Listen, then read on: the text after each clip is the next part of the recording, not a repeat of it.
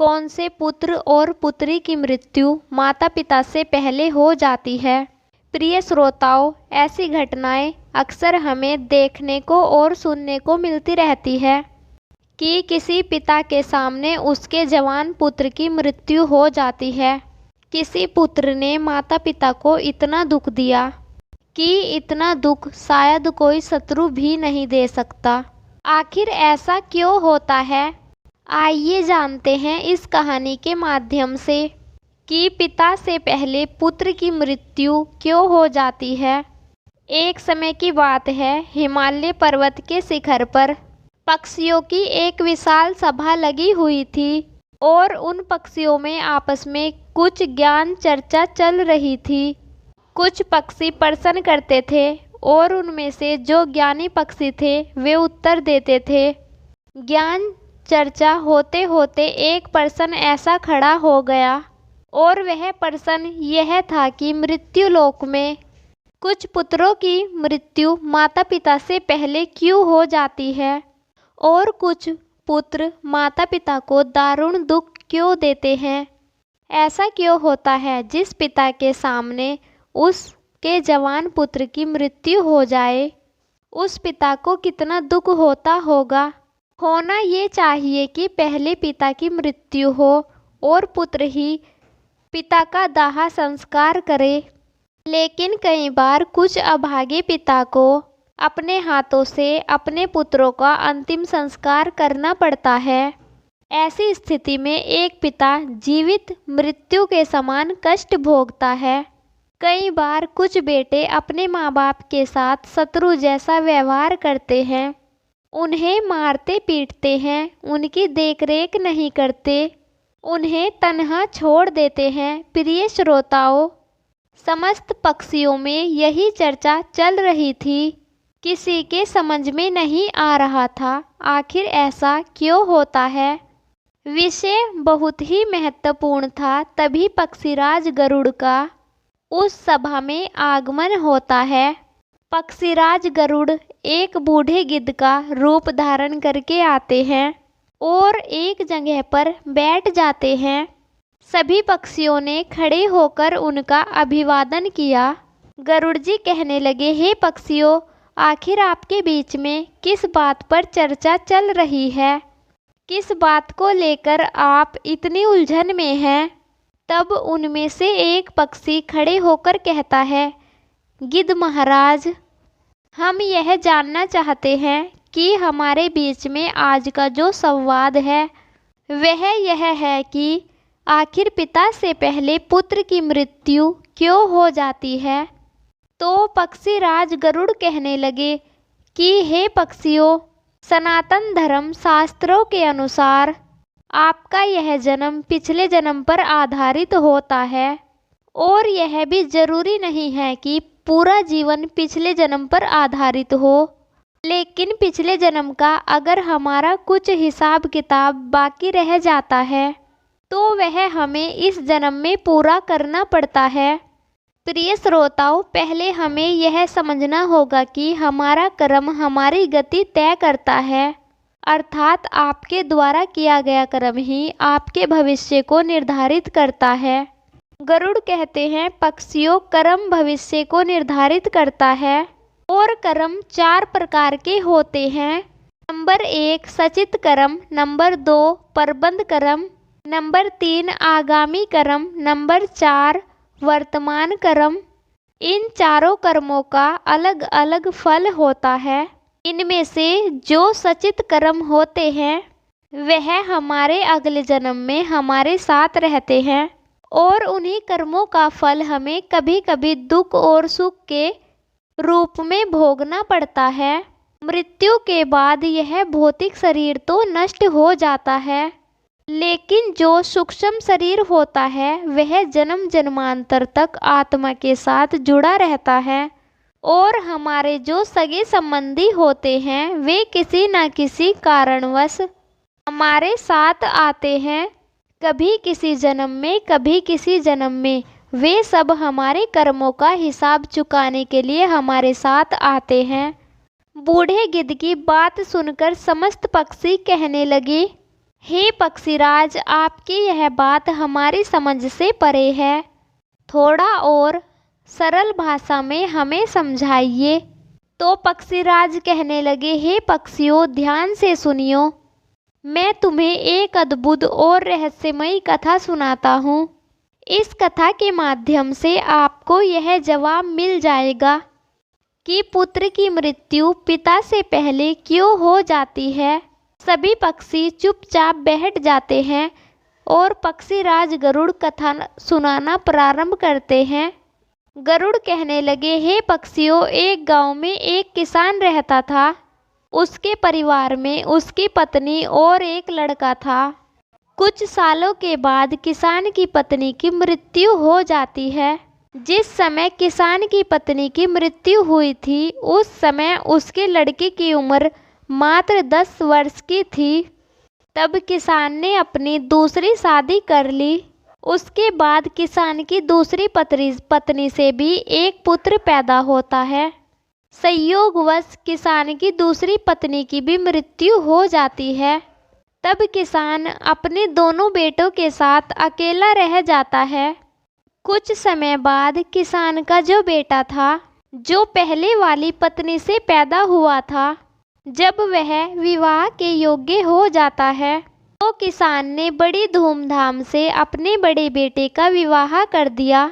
धीरे धीरे कुछ समय बाद किसान बीमार पड़ जाता है। बीमारी के चलते उसकी ज़्यादा हालत खराब हो जाती है और एक दिन उसकी भी मृत्यु हो जाती है। किसान का जो छोटा बेटा था, जो उसकी दूसरी पत्नी से पैदा हुआ था, वह अपने सौतेले भाई के साथ रहने लगता है। बड़ा भाई अपने छोटे भाई को बड़े प्रेम से रखता था। धीरे धीरे समय गुजरता चला गया। एक दिन किसान का छोटा लड़का बीमार हो जाता है। तब उसकी हालत ज़्यादा खराब रहने लगी।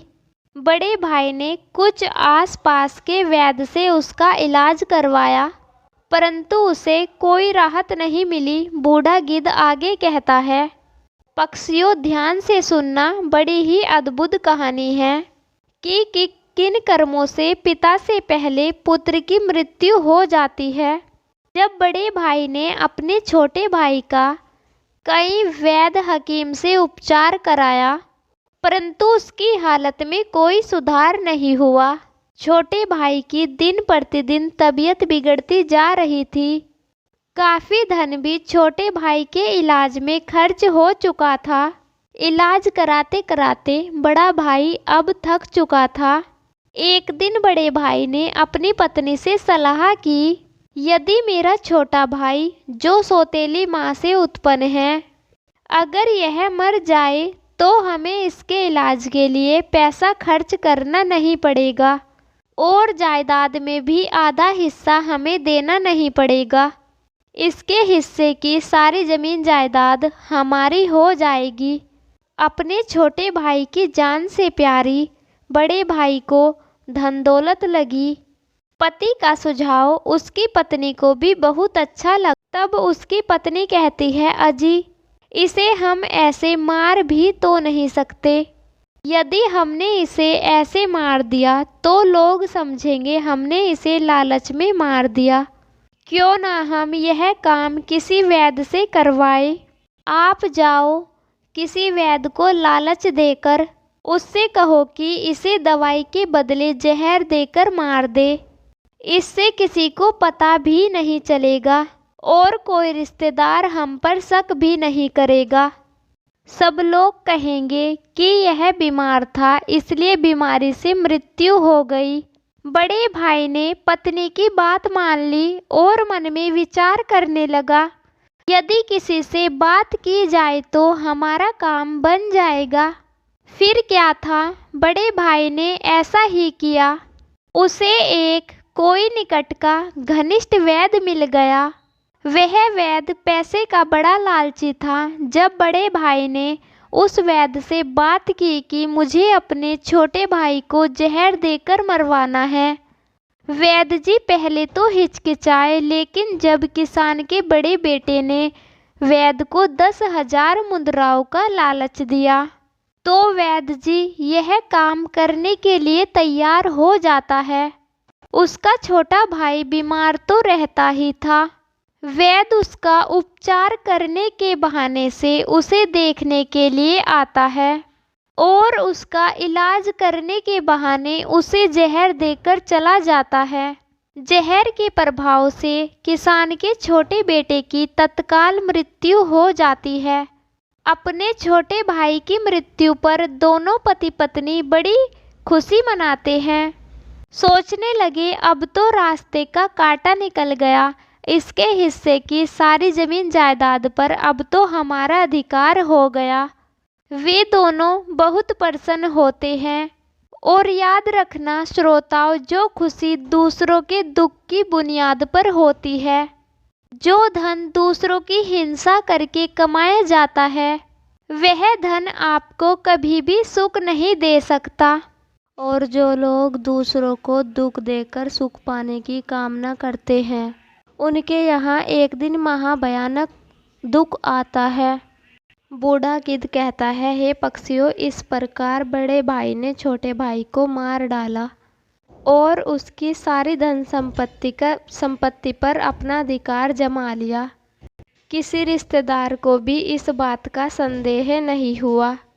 रिश्तेदार तो यह सोच रहे थे कि यह कितना अच्छा भाई है, अपने सौतेले भाई का कितना उपचार कराया, कितनी देखभाल की, कितनी सेवा की, पर बेचारा उसे बचा नहीं सकता।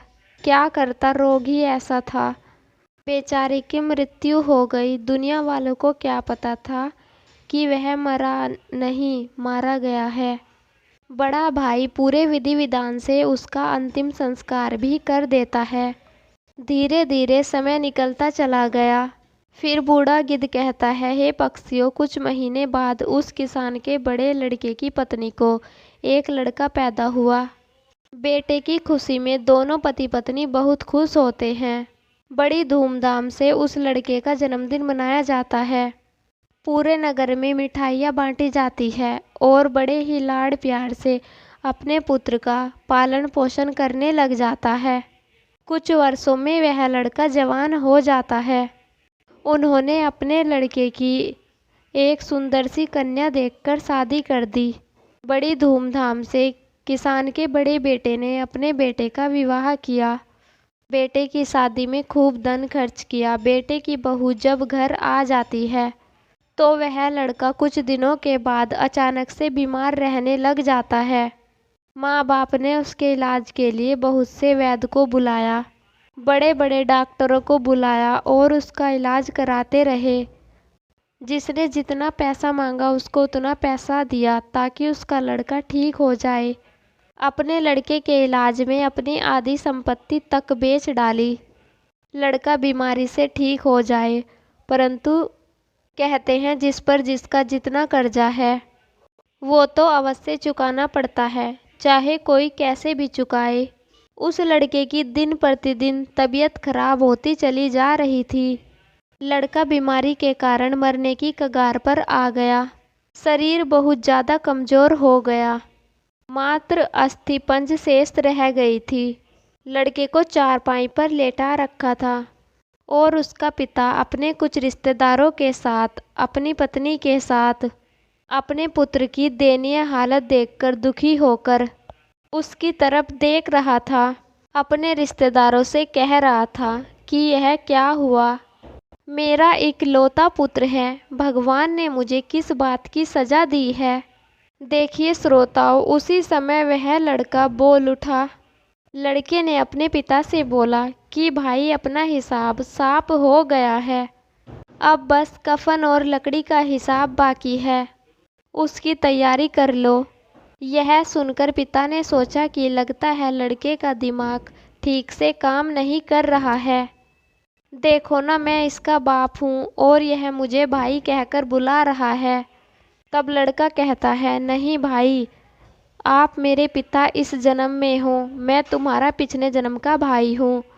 याद कीजिए, सभी रिश्तेदार बैठे हुए हैं, मैं तुम्हारा छोटा भाई हूँ, तुम्हारी सौतेली माँ का बेटा, तुम्हारा छोटा भाई, जिस संपत्ति के लिए आपने मुझे जहर देकर मरवाया था, अब वही संपत्ति बिककर मेरे इलाज में लग चुकी है।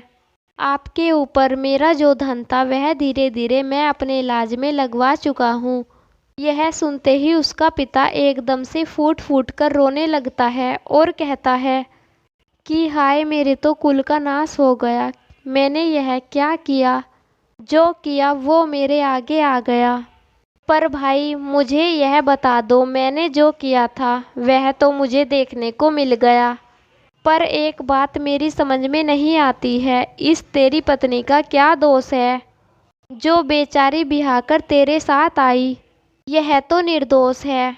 अब इसको जिंदा जलाया जाएगा। गिद्ध बोला, हे मित्रों, उस समय सती प्रथा चलती थी, अर्थात पति के मरने पर पति चिता पर पत्नी को भी जिंदा जलाया जाता था।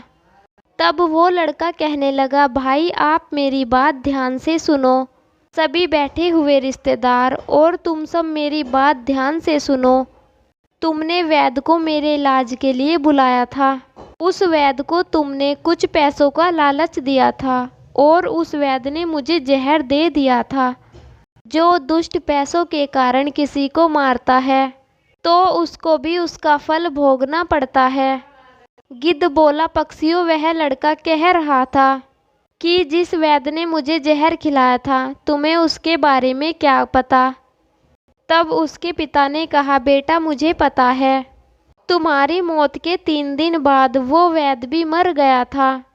उसके लड़के ने कहा, वही वैद्य मेरी पत्नी के रूप में मेरे घर में आया है। मेरे मरने पर अब इसको भी जिंदा जलाया जाएगा। इसको भी इसके कर्म का फल अवश्य भोगना पड़ेगा। हमारे जीवन में आने वाली पात्र और प्रत्येक घटनाएं हमारे ही कर्मों की उपज होती है। हम जैसा बोते हैं हमें वैसा ही काटने को मिलता है।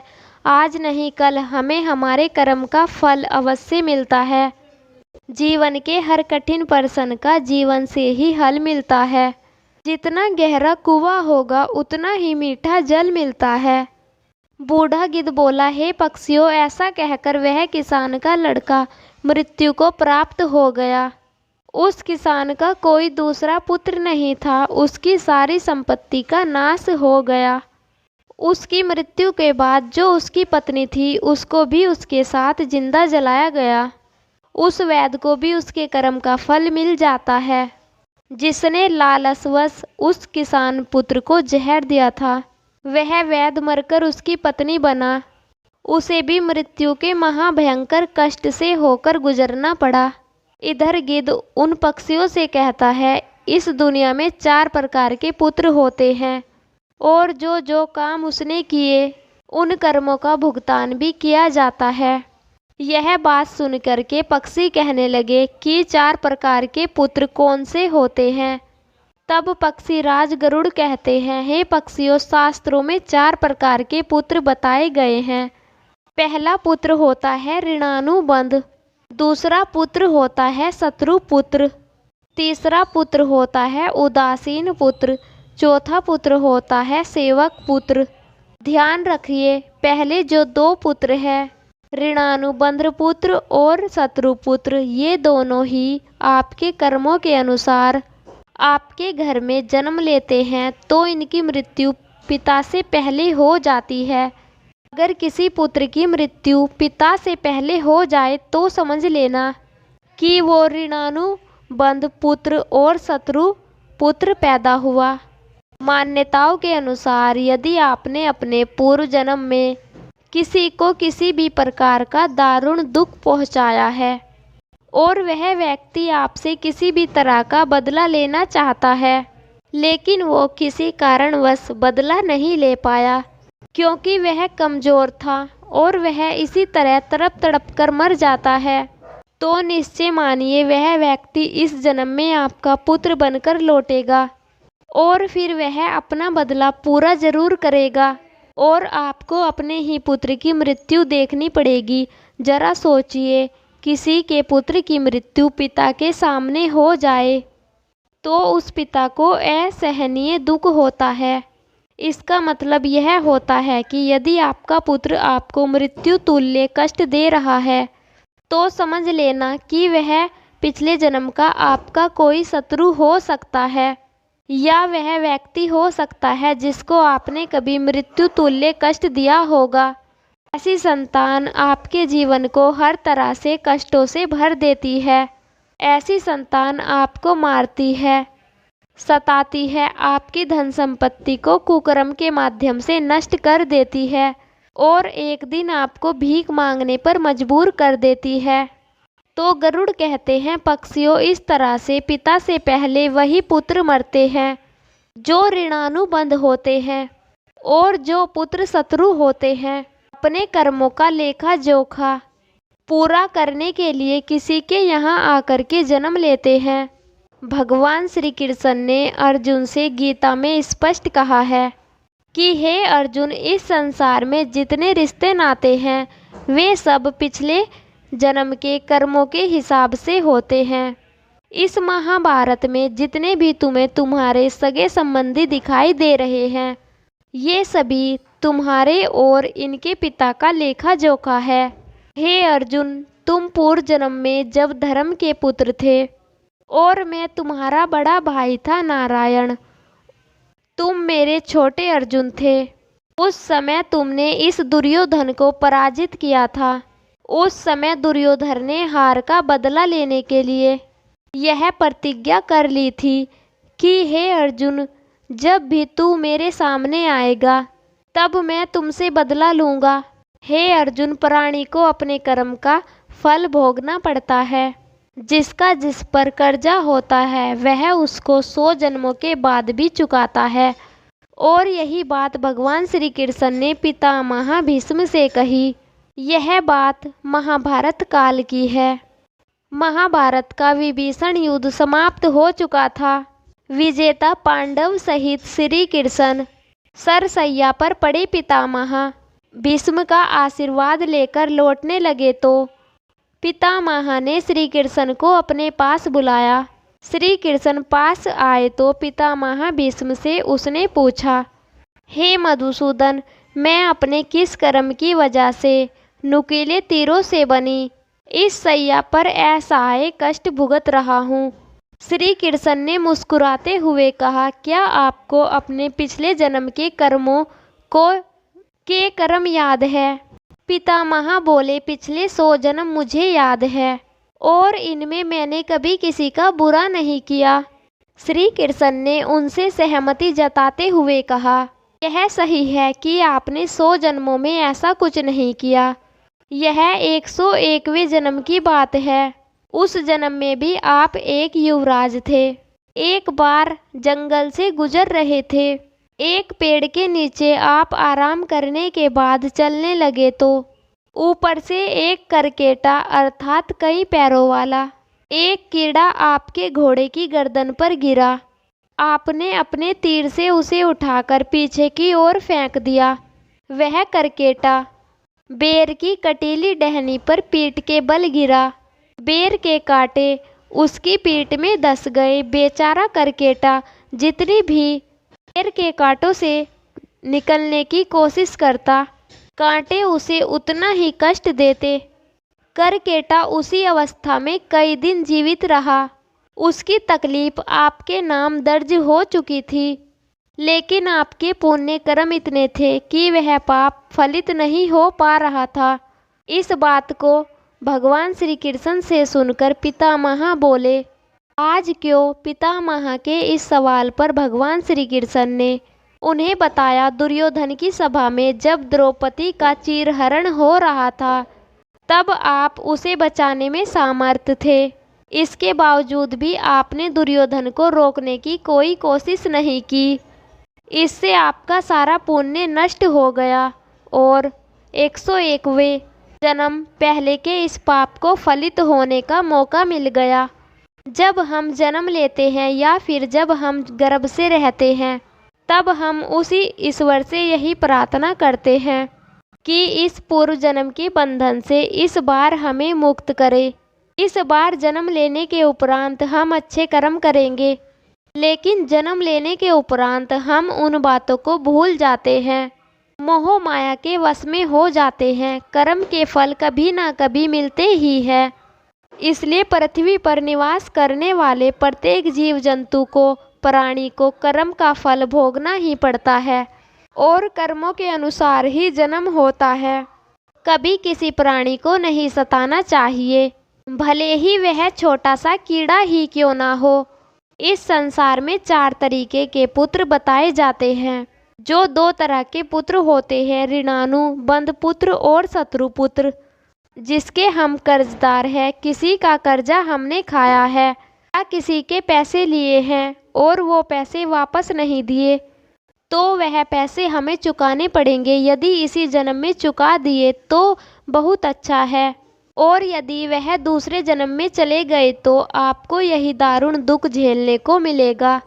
वह पुत्र के रूप में जन्म लेगा या भाई के रूप में जन्म लेगा, या फिर आप गधा बनेंगे, बैल बनेंगे या कुत्ता बनेंगे और किसी न किसी रूप में आप उन पैसों को चुकाएंगे।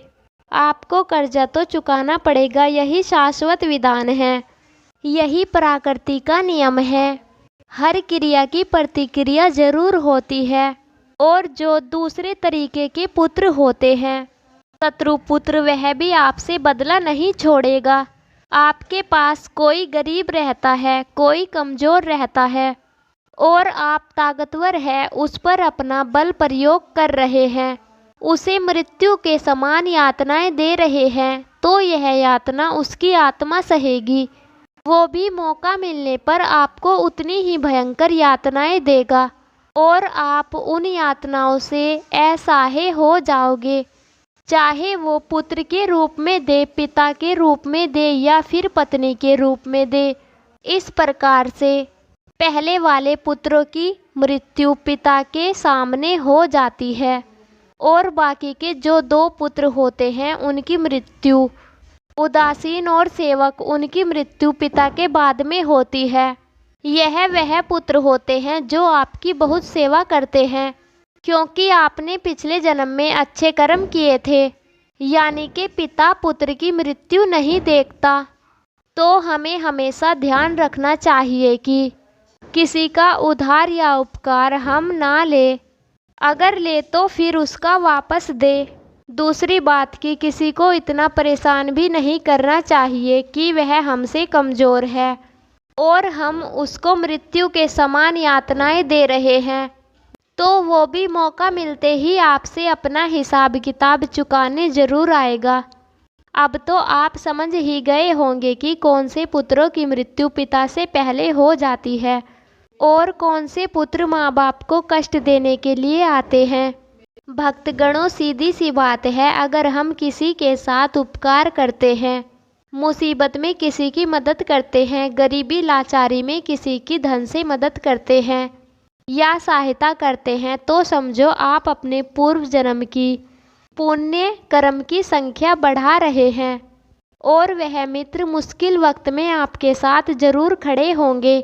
और यदि हम किसी के साथ बुरा करते हैं तो शत्रुओं की संख्या बढ़ाते हैं, जो आज नहीं तो कल हमें किसी न किसी रूप में चुकाना पड़ता है।